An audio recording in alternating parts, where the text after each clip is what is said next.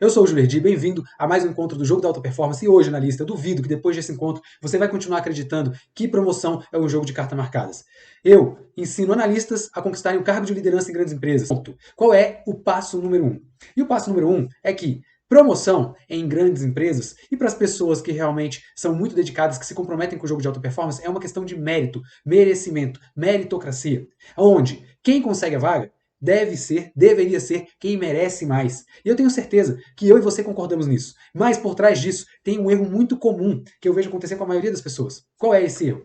Muitas das pessoas acreditam que a meritocracia se restringe à sala de entrevistas. Muitas das pessoas acreditam que ir bem ou mal na entrevista é o que vai determinar se ela consegue dar o próximo passo e conquistar aquela vaga de liderança. E para traduzir o que eu vou querer te dizer agora, eu gosto de uma analogia. Sabe, nas Olimpíadas, vou pegar um dos temas, um dos esportes das Olimpíadas. Eu, dentro do atletismo, tem uma prova que tem uma grande expectativa em cima dela, uma grande audiência, que são 100 metros rasos, onde a gente descobre o homem e a mulher mais rápidos do mundo. Essa prova dura em torno de 10 segundos. É um piscar de olhos. Eles passam por várias seletivas até que a gente tem os 8 melhores que vão disputar a final. E na final eles se perfilam quando o árbitro dá o disparo, né, com aquela, parece um revólver, pá, valendo. Eles disparam pro masculino em menos de 10 segundos, pro feminino em torno de 10 segundos, a gente tem o resultado da prova. E aí você tem o primeiro lugar e numa pequena diferença, o segundo, o terceiro, o quarto, a gente fala ali que é na fotografia. Quando eles chegam, tira-se uma foto para confirmar quem chegou primeiro. De tão pequena diferença. Agora, quando a gente faz essa analogia com a carreira, o que eu gostaria de dizer é o seguinte: imagina que esse tiro de 100 metros das Olimpíadas é o momento que você está na sala de entrevista para conseguir a sua promoção. Você se preparou, você fez um monte de coisa e você está ali, de frente para o entrevistador e respondendo aquelas perguntas. O que acontece dentro daquela sala é exatamente o que acontece na final olímpica dos 100 metros rasos. É aquele tiro de 10 segundos. E tem muita gente que cai no erro de acreditar que a promoção vem ou deixa de vir pelo que acontece dentro daquela sala.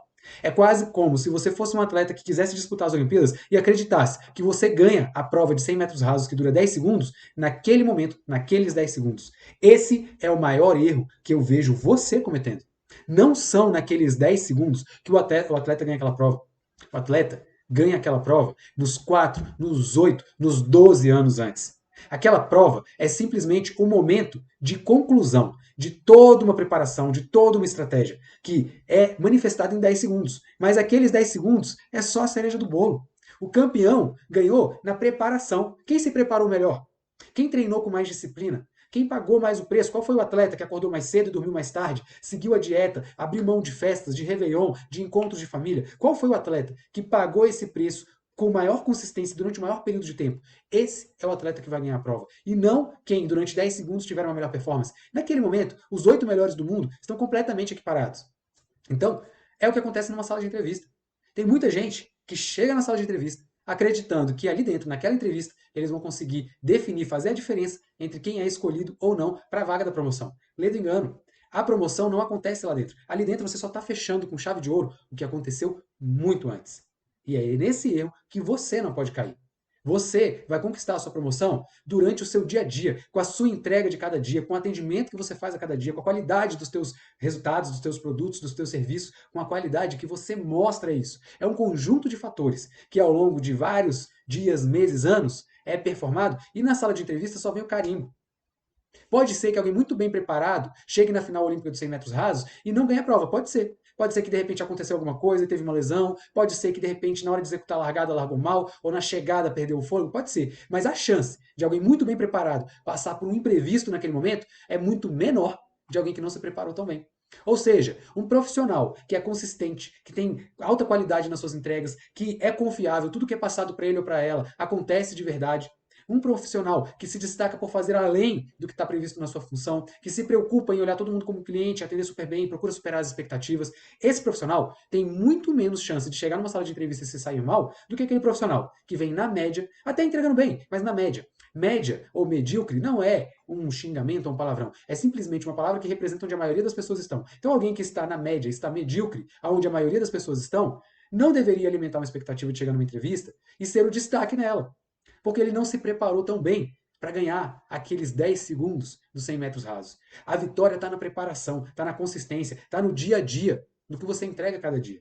Então, o primeiro ponto, para você que acredita que promoção é um jogo de cartas marcadas e que gostaria de meritocracia, eu estou contigo. Então, não caia no erro de acreditar que meritocracia é se sair bem na entrevista, no momento que a vaga da promoção surge. Você se sai bem é na preparação, é em tudo que antecedeu aquele momento. Assim como na final olímpica. Quem ganha não ganha nos 10 segundos dos 100 metros rasos. Eles ganham nos 4 anos anteriores, nos 8 anos anteriores de preparação consistente e disciplinada, de alta performance, com uma boa estratégia. É aí que está a vitória, é aí que se ganha esse jogo, certo? E aí, vamos para o segundo passo então. O primeiro ponto é esse. O jogo é ganho na preparação, muito antes da entrevista, muito antes de quando a vaga surge.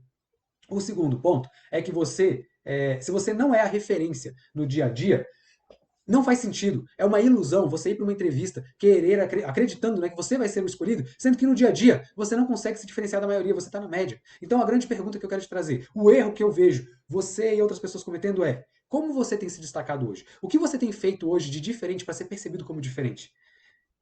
Se você não tem feito nada que te coloca num patamar de excelência, de alta performance, entrar numa sala de entrevistas acreditando que você vai levar, é se enganar, é se iludir.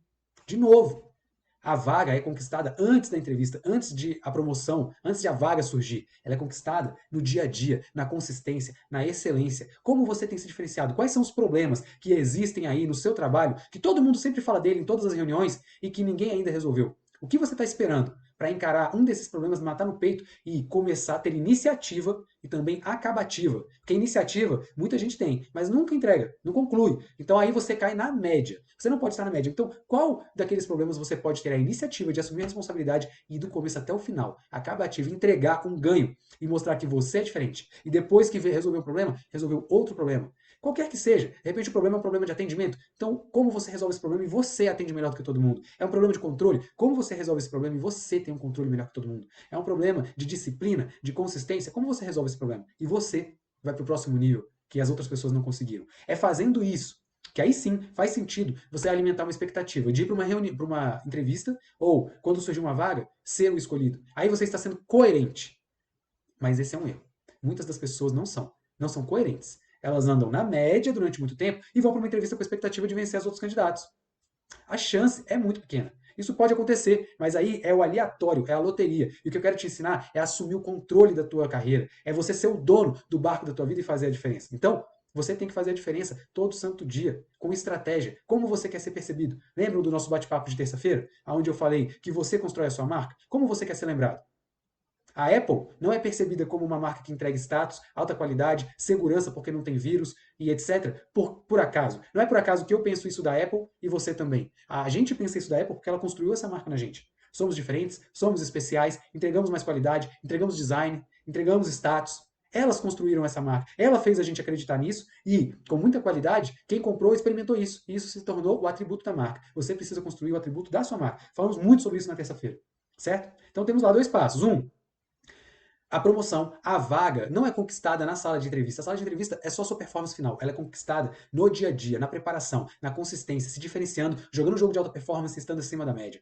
Segundo, não se engane. Não leve a vida, deixa, como diz o Zeca Pagodinho, não deixa a vida me levar, a vida leva eu. E acredite que no momento de conquistar uma vaga, a vaga vai ser sua. Porque não tem coerência nisso. E aí a gente vai para o terceiro ponto muito importante. E o terceiro ponto muito importante é: você precisa gerar resultados. Mas, além disso, saber mostrar esses resultados. É o que eu gosto de chamar de embalagem. Né? Quantos de vocês aqui que já tiveram a oportunidade de comigo preparar uma apresentação, um material, e eu usei esse termo, olha, capricha na embalagem, cuida da embalagem. A embalagem é que faz a diferença.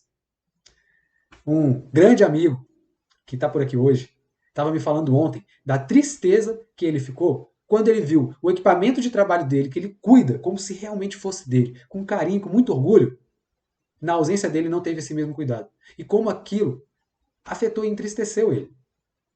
Então, o que ele estava fazendo? Ele cuidava tão bem, de maneira tão impecável, com tanto comprometimento daquele equipamento, que aquele equipamento se destacava de tal maneira que lá onde a gente trabalha, pronto, uma fábrica da Coca-Cola, né, todo mundo sabe, a gente faz aquela caravana de Natal no final do ano.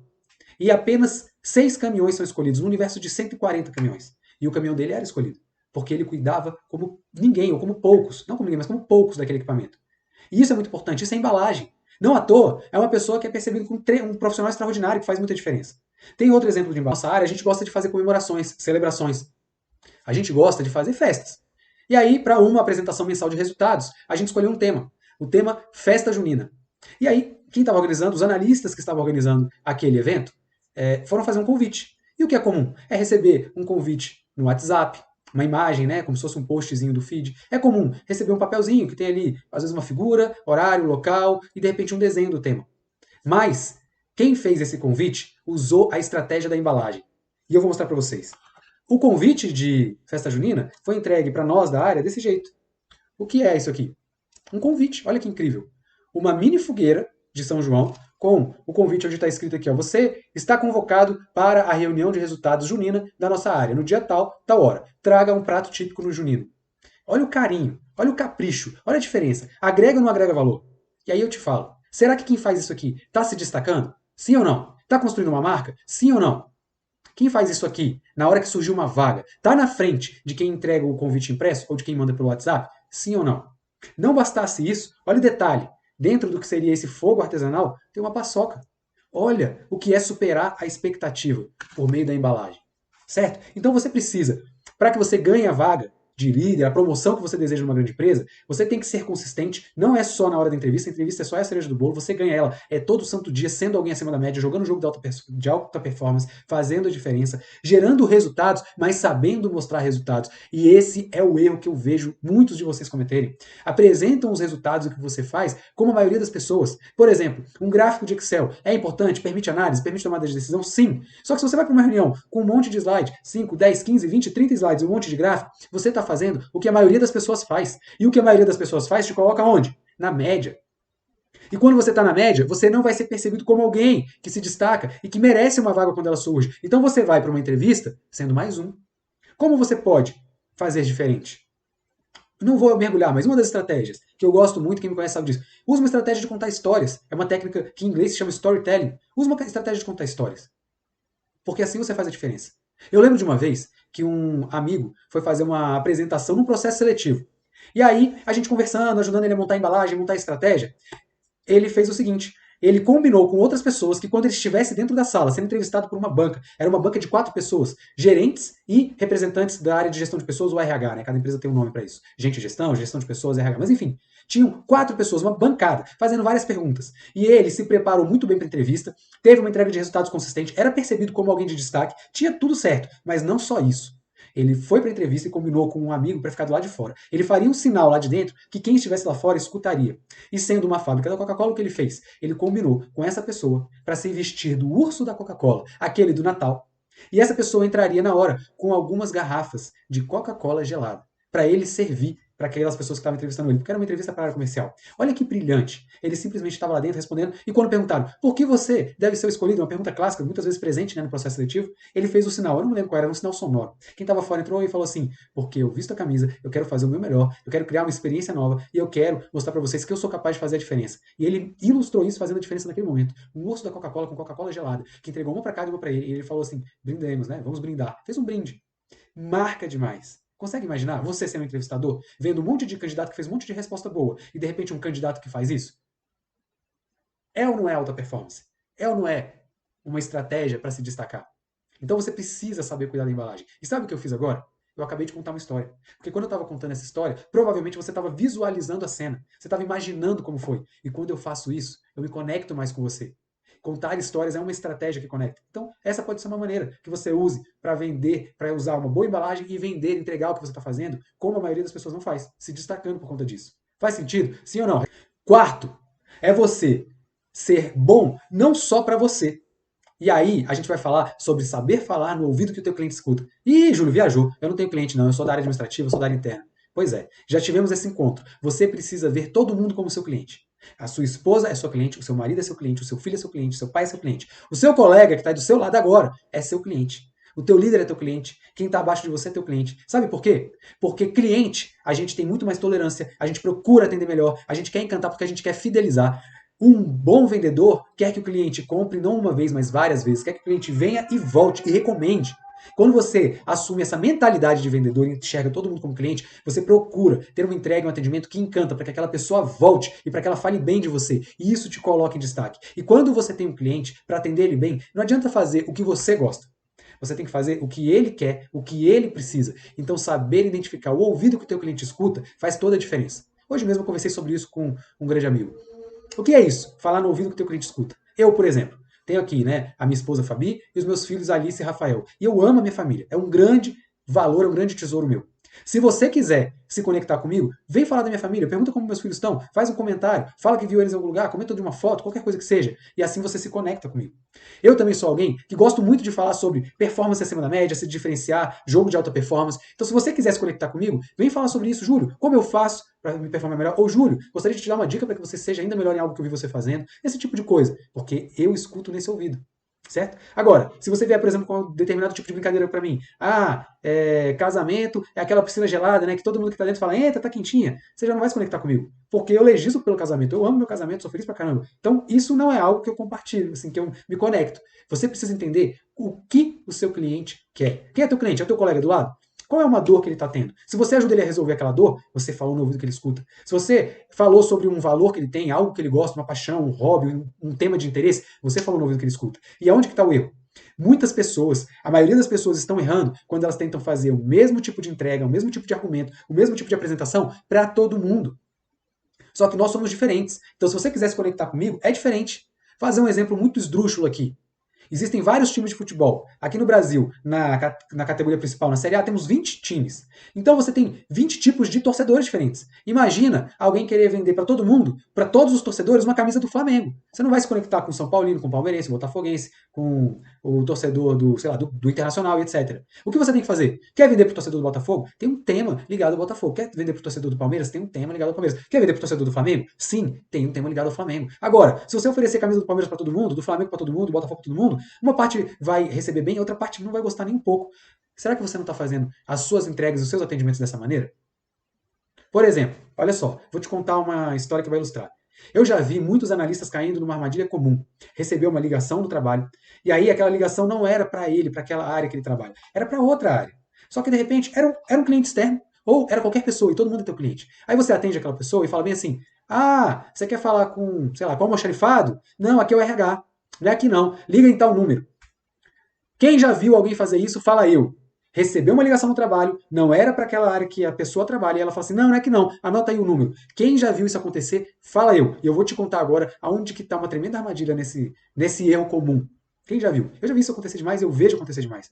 É um dos erros mais frequentes que eu vejo.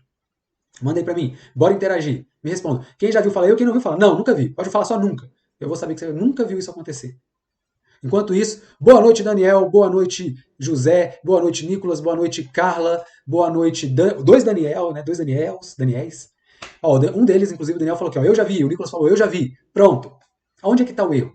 Se fosse a sua esposa telefonando, ou o seu marido telefonando para aquela sua empresa, na área que você trabalha, e aí você é do RH, e a sua esposa ou seu marido ligou e falou, ó, é do almoxarifado? E você, ué, amor, tudo bem? Não, não é do almoxarifado não. Mas me fala aí, o que, que você precisa? O que está acontecendo? Ah, não, é que eu preciso retirar um uniforme lá, sei lá. Preciso pegar um chamex lá e não consigo, eu tô precisando resolver, não sei como é que eu falo com eles. Não, amor, fica tranquila. Deixa que eu vou lá e pego para você. Não é assim que você faria? Então por que quando é um outro cliente qualquer, a pessoa atende e fala assim, ah, não é que não, anota aí o número. Se você não faria isso com alguém que você ama, se você teria um atendimento diferente porque é alguém com quem você se preocupa, adote esse comportamento para todo mundo, porque assim você estará sendo uma boa vendedora, um bom vendedor. E como eu vejo as pessoas errando isso? Como eu gosto de fazer?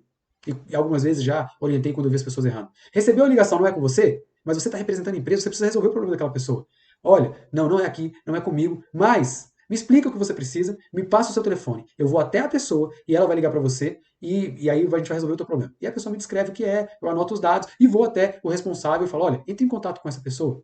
E na maioria das vezes, eu ainda procuro dar o segundo passo, que eu espero o tempo, que é o tempo normal de solução daquele problema, e aí eu pego os dados que eu anotei daquela pessoa e ligo para ela e falo, olha, fulano, você está precisando daquilo. Conseguiu? Deu certo. A maioria das vezes deu certo, mas já aconteceu. De algumas vezes eu ter desdobrado para quem era responsável, o responsável estava com outras atribuições, outras atividades, voltou na fila e não resolveu. E aí quando eu ligo para a pessoa, ó, na verdade não. Eu, sério? Poxa, perdão, desculpa, vou resolver para você agora. Aí eu vou lá e falo de novo e fico do lado da pessoa, então bora ligar, e dou retorno. Nessa hora, eu construí a minha marca de uma maneira extraordinária. Nessa hora, eu fiquei um abismo acima da média. E aí, o que você acha que acontece se eu for para uma entrevista e contar uma história dessa? Se alguém me perguntar como você faz a diferença no dia a dia e eu contar uma história dessa, você acha que eu estou na média ou bem acima da média? Você acha que eu estou mais perto ou mais distante daquela vaga para promoção numa grande empresa? É aí que está a grande oportunidade, gente. É na consistência. Não é no que você faz isoladamente, mas é na maneira de pensar. Você precisa desenvolver a maneira de pensar do analista que é promovido. E o analista que é promovido, entre outras coisas, é alguém que persegue a alta performance em todos os momentos. Sabe por quê? Porque ele não está prestando contas para o chefe dele nem para o cliente dele. Ele está prestando contas, ele ou ela, está prestando contas para si mesmo. Ele ou ela quer ser cada vez melhor e acima da média, porque quem cobra ele ou ela é si mesmo, é ela mesma, ele mesmo. É daí que vem a verdadeira motivação. Se isso não vier de dentro de você, se não for intrínseco a você, dificilmente você vai conseguir ser consistente. Agora, se isso é uma filosofia tua, mesmo que você esteja num lugar onde a cultura não vive isso, onde as pessoas não façam isso, você vai fazer. E sabe o que vai acontecer? Você vai se destacar, você vai ficar acima da média, você vai fazer a diferença. E assim, quando você for para a entrevista, a meritocracia tende a aparecer. Na entrevista, você vai ser percebido como aquela pessoa que tem várias entregas acima da média e vai ser escolhida ou vai ser o escolhido. É assim que um analista vence o jogo de cartas marcadas. É assim que o analista vence aquela pessoa que tem a peixada para levar a vaga. Você pode ter qualquer carta marcada, qualquer peixada. Numa empresa séria, e as grandes empresas chegaram no tamanho que tem, porque tem processos consistentes e são sérios, numa empresa séria, nessa hora você vai passar por cima, vai atropelar a carta marcada, vai atropelar a peixada. Porque você teve o mérito não em uma hora de entrevista, mas na consistência de meses, né, de anos às vezes, 2 anos de consistência fazendo a diferença, enquanto vai ter ali uma carta marcada que não vai ser consistente no discurso, não vai ter exemplos para dar melhores que os teus, e aí você atropela. Eu já passei por isso. Vou te contar uma história, né, onde isso foi mais marcante na minha vida para a gente poder fechar hoje. Eu estava na Ambev, né, a companhia cervejeira, na época, né, tinha virado a maior cervejaria do mundo com as aquisições, etc. Uma empresa super competitiva, cheia de processos, e tem lá que toda vez que abre uma vaga, primeiro faz o processo seletivo interno, para se não preencher internamente, abrir externamente. Eu era supervisor de carregamento. Eu, como analista, já tinha mirado onde eu queria chegar, tinha conseguido dar esse passo de supervisor e queria continuar crescendo, queria ir para a função de coordenador e estava pagando preço. Eu saí de analista para supervisor numa função de líder do carregamento dos caminhões de madrugada. Começava às 10 da noite e acabava às 6 da manhã. Então eu começava minha jornada no domingo, às 10 da noite, e trabalhava todo santo dia até o sábado, 6 da manhã. Saía, ia para casa e só não ia trabalhar de sábado para domingo. Fiz isso casado durante vários meses. Sabe por quê? Eu sabia que se eu fizesse aquilo e fizesse muito bem, eu estaria acima da maioria. Então eu estava pronto para aquela oportunidade e disposto a pagar o preço. Bom, fui lá, dei o meu melhor, os resultados eram ótimos, a equipe estava comigo, super engajada, o meu líder gostava muito de mim, mas o líder do meu líder, que era um diretor regional da minha área, acabou vacilando, caiu na armadilha e fez um processo seletivo para coordenador daquela diretoria, né, que eu fazia parte, com público externo. E selecionou alguém externo. E aí o meu líder, que comprava o meu trabalho, percebeu aquilo, descobriu e foi lá, né, no nosso diretor e falou: ó, tá errado, você tem que entrevistar o talento que a gente tem em casa. E o Júlio é um talento e eu quero que você entreviste ele. Por quê? Que o meu líder foi comprar essa briga por mim? Por conta da reputação que eu construí, a marca que eu construí. Eu nunca fui aquele cara que estava trabalhando à noite e reclamava que de madrugada dá sono, que de madrugada é frio, que você está sozinho, que quando surge um problema não tem ninguém para te ajudar. Você é o número um daquele prédio, daquela organização naquela hora. Eu nunca reclamei disso. Sabe por quê? Porque isso era oportunidade. Reclamar disso era cair na vala comum. A maioria das pessoas que fazia aquela função reclamava exatamente disso. Pô, eu vou querer ser reconhecido como uma média? Como é que eu, sendo da média, eu vou conquistar minha próxima vaga? Então não. Caramba, tem que trabalhar à noite é frio. Ah, é frio nada, me dá um casaco aí, é de boa, a gente faz um café quente, faz uma brincadeira, vai ser até bom, calor humano. Sempre olhar pela perspectiva mais positiva. Você pode até falar, Júlio, isso aí é hipocrisia. Eu não acho que é hipocrisia, eu acho que é uma escolha, uma filosofia, e eu escolho sempre viver assim. Eu quero ser feliz, eu não quero ser triste. Então, enfim, eu procuro ver essa perspectiva positiva e fazer isso. E aí construir uma marca que o meu líder quis ir me vender para o meu diretor. E ele cavou a entrevista. O processo já tinha sido fechado. A vaga era para coordenador regional no prédio que fica aqui em Brasília. A regional que eu trabalhava, que é a Centro-Oeste, cuida das unidades do Centro-Oeste. Já tinha sido selecionada uma pessoa de fora que ia ficar com a vaga. Quando o meu líder conseguiu marcar a entrevista para mim, sabendo que já tinha um candidato escolhido, eu falei, bom, é o seguinte, eu dei o meu máximo. Eu tenho um resultado para apresentar. Eu tenho história para contar. E outra, eu sei que quem vai me entrevistar já escolheu uma pessoa. Então, quer saber? Eu vou botar pra F nessa entrevista. Eu vou arrebentar. Desculpa a forma de falar, mas eu vou entrar lá e vou arregaçar. Por quê? O não eu já tinha um candidato escolhido. E eu me preparei, eu me lembro como se fosse hoje, num grande salão onde ficava toda a diretoria, coordenadores, supervisores daquela regional, eu esperando ser chamado para entrevista. E eu tava ali, ó, mentalizando, falei, cara, eu vou destruir. Eu preparei, né, lógico, me preparei, fiz as possíveis perguntas, as respostas que eu daria, a história que eu queria contar. E eu lembro como se fosse hoje, porque foi um dia muito marcante. Quando eles me chamaram para entrar na sala, só tinha lá o diretor regional da área que eu fazia parte. Sentado numa cadeira, numa mesa comprida, ele olhou para mim e falou, senta aí e tal, me recebeu super bem, com educação e tal. Ele falou assim, então, Me fala um pouco sobre você. Foi a única pergunta que ele me fez na entrevista. Porque na hora que ele falou, me fala um pouco sobre você, eu atropelei ele.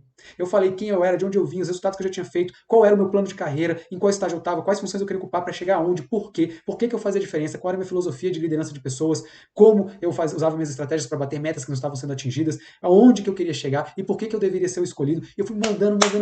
E eu senti que no começo ele que não me conhecia, sabe quando ele foi tipo escorrendo na cadeira, como se eu estivesse jogando ele para trás? No final, ainda botei uma banca. Que naquela época eu fazia MBA na Fundação Getúlio Vargas.